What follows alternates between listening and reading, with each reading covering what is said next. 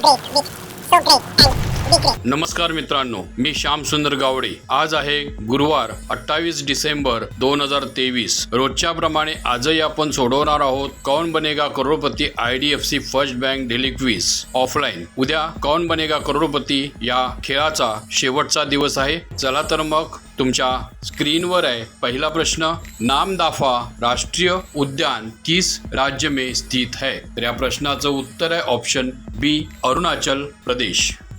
This is the correct answer. अगदी बरोबर आहे। हा होता पहिला प्रश्न आणि आता दुसरा प्रश्न, Kaun Banega Crorepati IDFC first bank daily quiz ऑफलाइनचा तुमच्या स्क्रीनवर आहे। IDFC फर्स्ट बैंक के माध्यम से न्यूनतम गृह ऋण सीमा क्या है? तर या प्रश्नाचं उत्तर आहे ऑप्शन सी 5 लाख रुपये।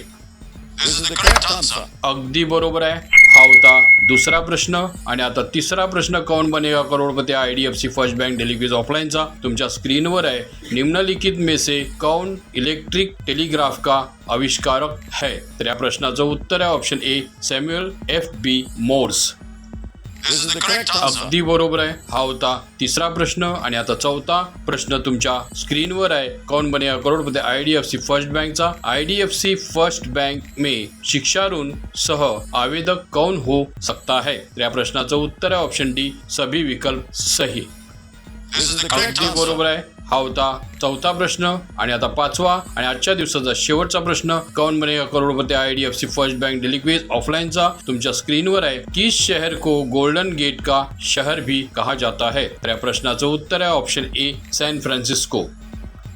This is the correct answer. अगदी बरोबर आहे। तर हे होते आजच्या दिवसाचे एकूण 5 प्रश्न की ज्यामुळे तुम्हाला मिळतील प्रत्येक प्रश्नाचे 100 प्रमाणे एकूण 500 गुण की ज्यामुळे तुमची रँक बूस्ट होण्यासाठी मदत होते। आभार। चला तर मग पुढच्या व्हिडिओमध्ये भेटू। आभार।